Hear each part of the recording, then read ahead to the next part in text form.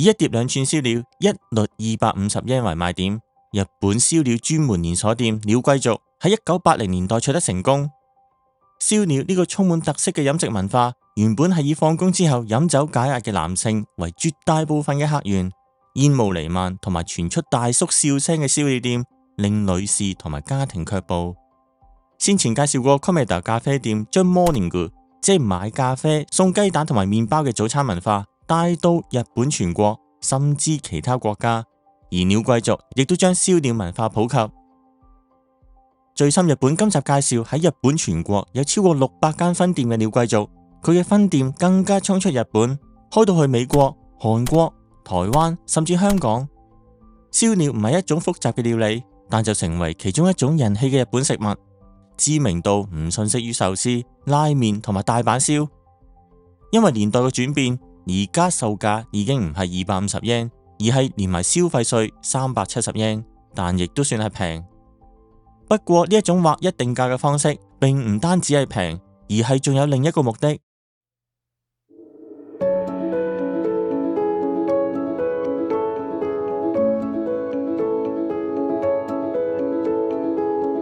日本人講到鳥貴族，第一時間就會諗到價錢平，仲有就係劃一價格。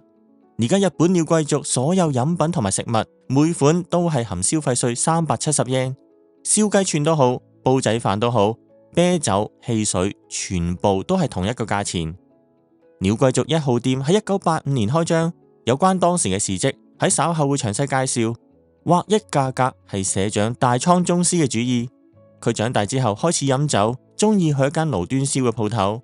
嗰間鋪頭全部食物同埋飲品係劃一230 yen，唔單止係平，而且有一種想試新嘢嘅樂趣。我同二拎去咗大阪嘅鳥貴族，二拎差唔多每個月都會同老公嚟食。而我上一次去鳥貴族已經係5年之前，同一個日本人大叔談天說地。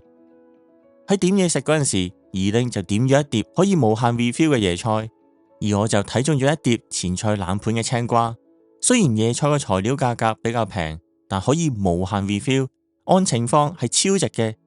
另一方面，一碟青瓜究竟值唔值370 yen， 就成為咗我哋嘅話題。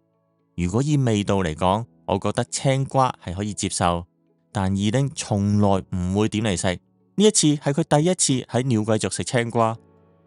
劃一價格可以俾客人一個冒險嘅機會，睇一睇嗰碟料理究竟值唔值，咁亦都增加店鋪嘅利潤。所以鳥貴族喺成立差唔多40年都冇改變劃一價格嘅政策，只係因應物價上升而提高價格。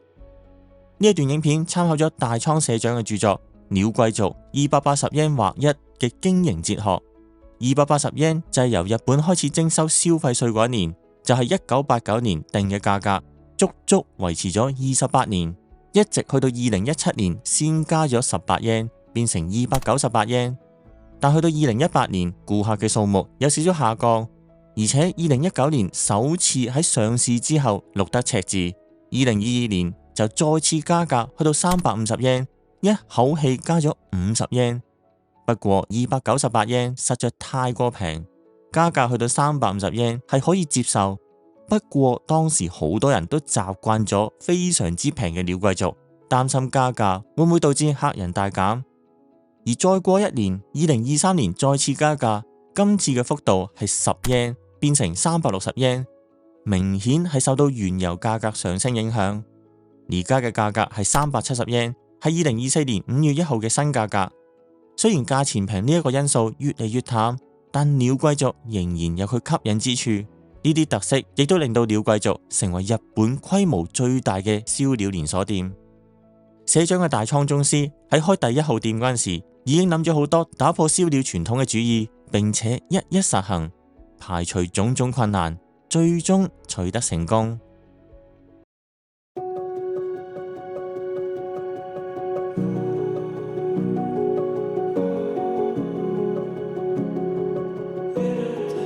而家燒料喺日本已經滲透到日常生活，喺便利店亦都可以揾到已經燒好咗嘅燒料。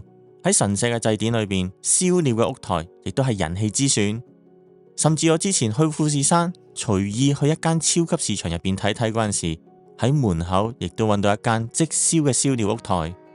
大眾化嘅燒鳥，可能好多人都想象唔到，喺幾十年之前，喺放工之後，一班大叔邊飲酒邊煲煙邊食嘅食物。喺鳥貴族發展成為連鎖店之前，大倉社長開第一間店嗰陣時，喺1985年，燒鳥俾人嘅印象就係喺煙紛紛居酒屋裏邊食嘅食物。鳥貴族第一號店喺東大阪市近鐵大阪線進德道站附近嘅商店街開張。由難波站出發搭火車大概需要15分鐘嘅車程。睇睇當時店鋪嘅外觀，可以睇到招牌上面寫住燒鳥居酒屋鳥貴族。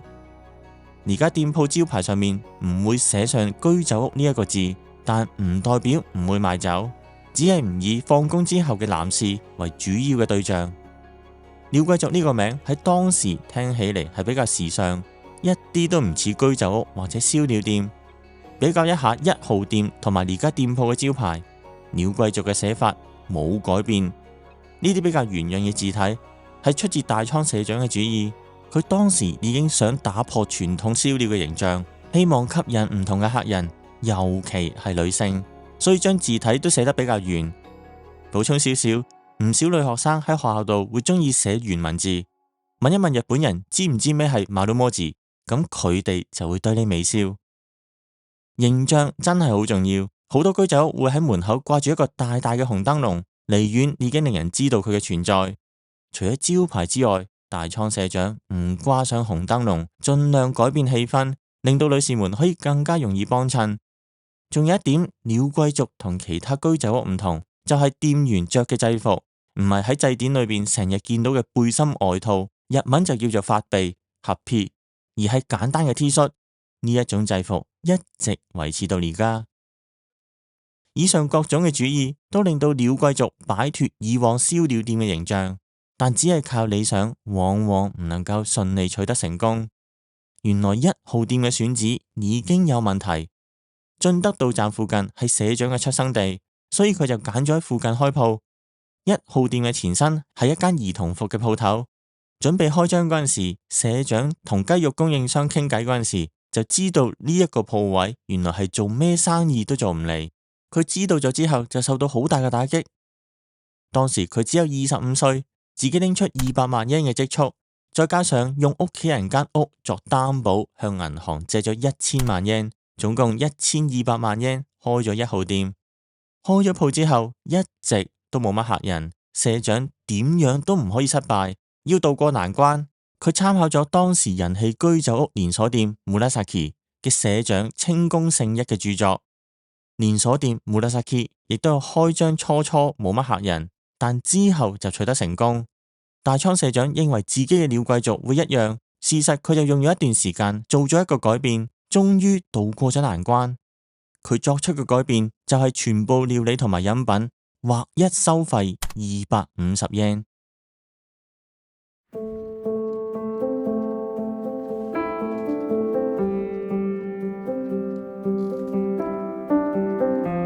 之前提到大倉社長中意去一間路邊燒店，嗰度就採用咗劃一230yen嘅價格系統。佢喺呢度就得到靈感，決定模仿，但冇足夠嘅勇氣，因為入貨價都差唔多用上200yen，所以就唔可以將價格劃一改成200幾yen。佢就改咗少少，將價格設計成3種，分別係150yen、250yen同埋350yen。不過呢一個策略唔能夠令客人留下深刻嘅印象，客人冇明顯嘅增加。社長見到策略唔見效，最終都下定決心採取劃一250yen嘅價格系統。客人雖然冇即時增加，但口碑慢慢咁擴散。1年之後，營業額竟然增加咗4成，咁樣令到大倉社長安心落嚟。佢亦都領悟到做令客人滿足嘅事就可以繼續經營落去。之後因為日本開始徵收消費稅，佢就將價格加到去280yen。就算喺1990年代初嘅泡沫經濟之下，鳥貴族都冇加價，持續咗28年。同啱啱開張初時相比，採取劃一收費之後取得嘅成功，當然唔可以睇小。但作為經營連鎖店嘅生意嚟講，可算係成長得非常之緩慢。而家鳥貴族喺日本國內嘅分店數目超過600間，初時開分店嘅速度係大概1年1間。如果以相同嘅速度嘅話，就要用上600年。之後加快咗速度，係有一個意想不到嘅原因。鳥貴族喺大阪開咗分店，嗰度有一支棒球隊阪神虎隊，球迷熱情眾所周知。就算去到而家，例如2023年得到國內聯賽冠軍嗰陣時，球迷就聚集去到道頓窟，更加興奮到喺虹橋上面跳入去道頓窟村裏邊。喺1980年代，當球隊贏咗比賽嗰陣時，有啲球迷就會去道頓窟嘅居酒屋度慶祝，但係因為過分熱情同埋興奮，會喺居酒屋裏邊搗亂，咁就令唔少居酒屋喺球隊贏波嗰陣時休息，避免麻煩。當時啱啱好鳥貴族喺道頓窟開咗分店，亦都係第一間喺旺區裏邊嘅分店，唔可以輕易咁休息。球迷就去呢間分店度慶祝，佢哋亦知道其他居酒屋休息嘅原因，所以會感謝鳥貴族。道頓窟分店嘅生意好理想，員工嘅士氣都上升，加快咗開分店嘅速度。而家由北海道至到沖繩，全部47個道島府縣裏邊有25個地方都有分店。以東京為中心嘅首都圈，名古屋為中心嘅中部地方，京阪神嘅近畿地方都可以揾到鳥貴族。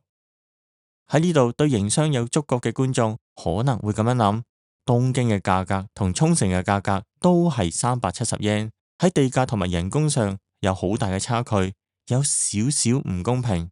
不過實際上喺開分店嗰陣時會作出調整。跟住就睇一睇鳥貴族點樣維持低價格高品質。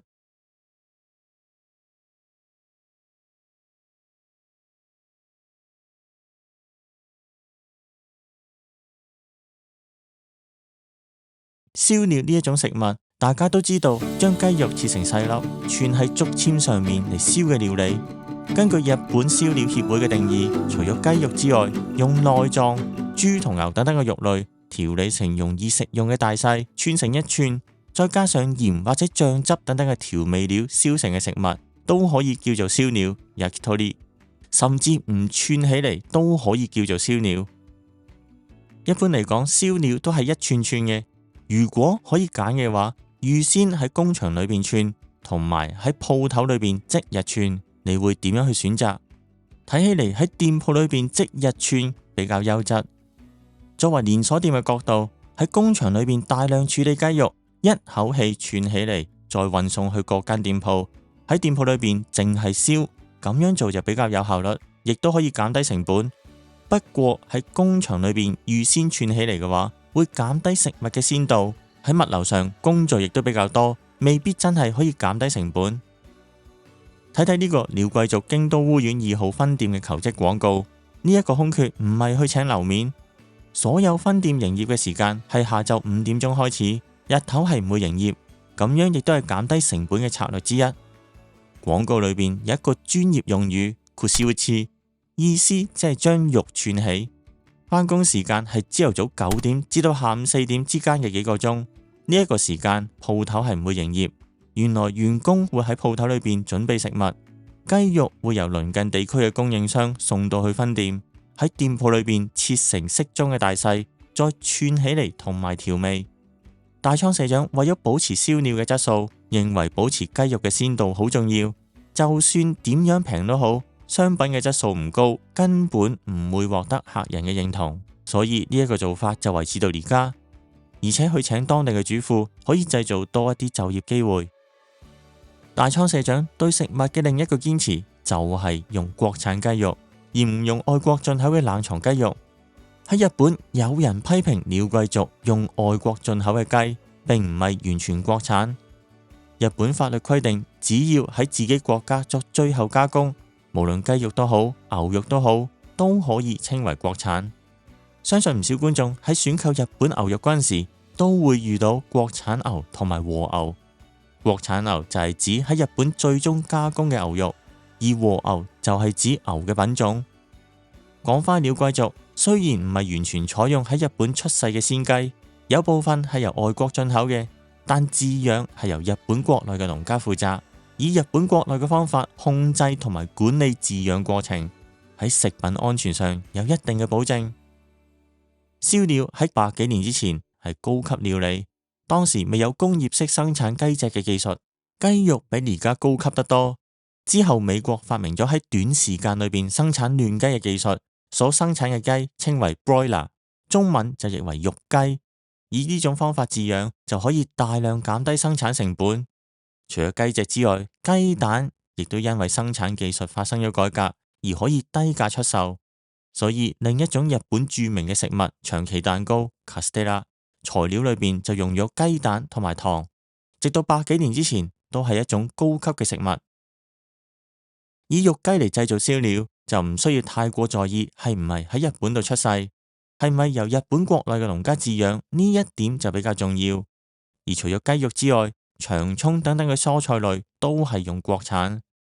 另一個重點就係用各個地區農家嘅出品，一來可以減低物流嘅成本，縮短將食物運到分店嘅時間，亦都可以支持國內嘅經濟，對可持續發展有正面嘅影響。要提供一串高質素同埋平嘅燒料，背後就有好多故事。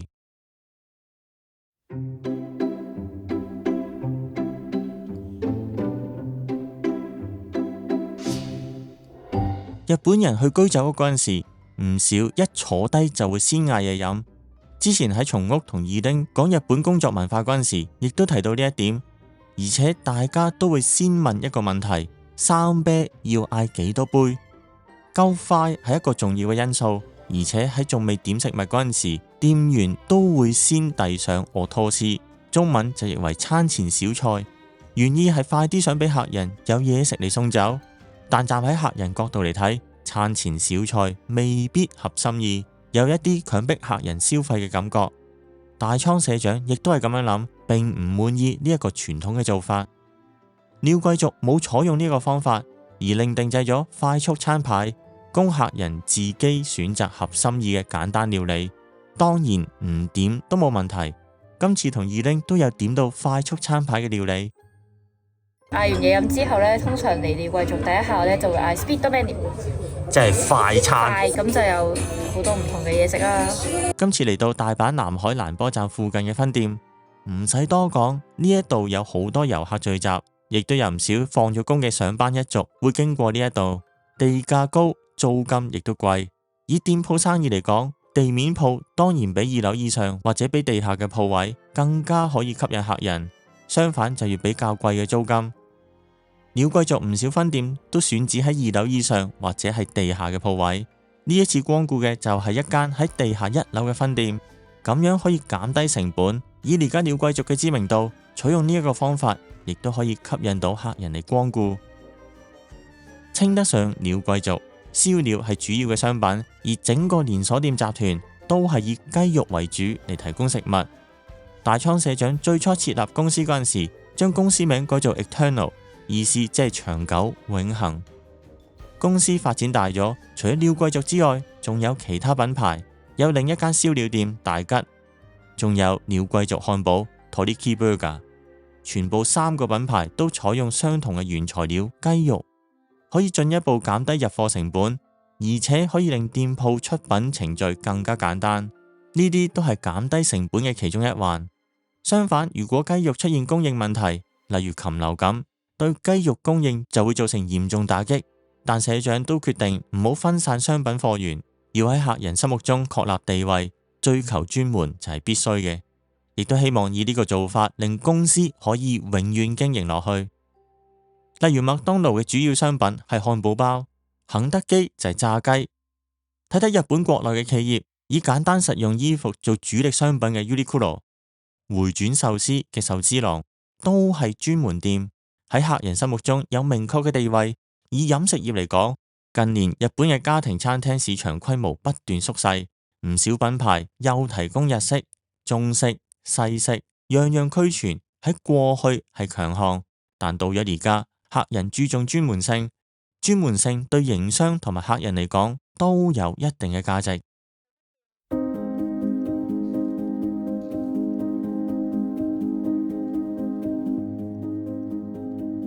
招牌嘅燒料種類有尼基馬，即係長蔥同埋雞肉梅花間竹嘅串燒。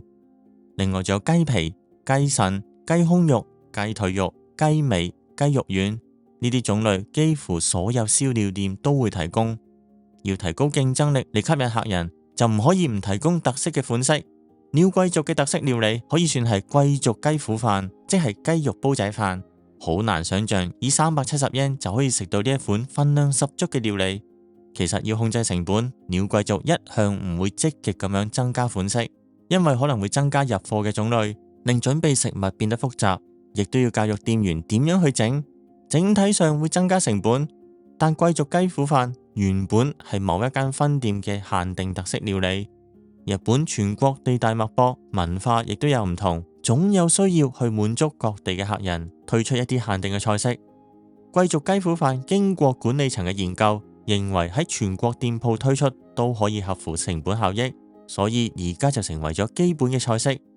不過要增加菜式，同時亦都要減少一啲唔受歡迎嘅款式，避免過多款式而導致成本上升。呢一次去大阪嘅鳥貴族嗌咗一款期間限定嘅料理，呢個係拔刀唐揚。唐揚即係炸，係一款炸雞串。拔刀就係指將炸雞由竹籤剝出嚟嘅動作。一般食燒鳥串嗰陣時，可以直接用口逐嚿逐嚿咁咬嚟食，而炸雞就有啲唔同，要先由竹籤剝落嚟先至去食，可能有少少難明。但係喺日本嘅燒鳥店會以拔刀嚟叫炸雞串。每隔一定嘅時間，鳥貴族就會推出新嘅限定款式。下次去日本不妨睇睇有咩特色嘅燒鳥串，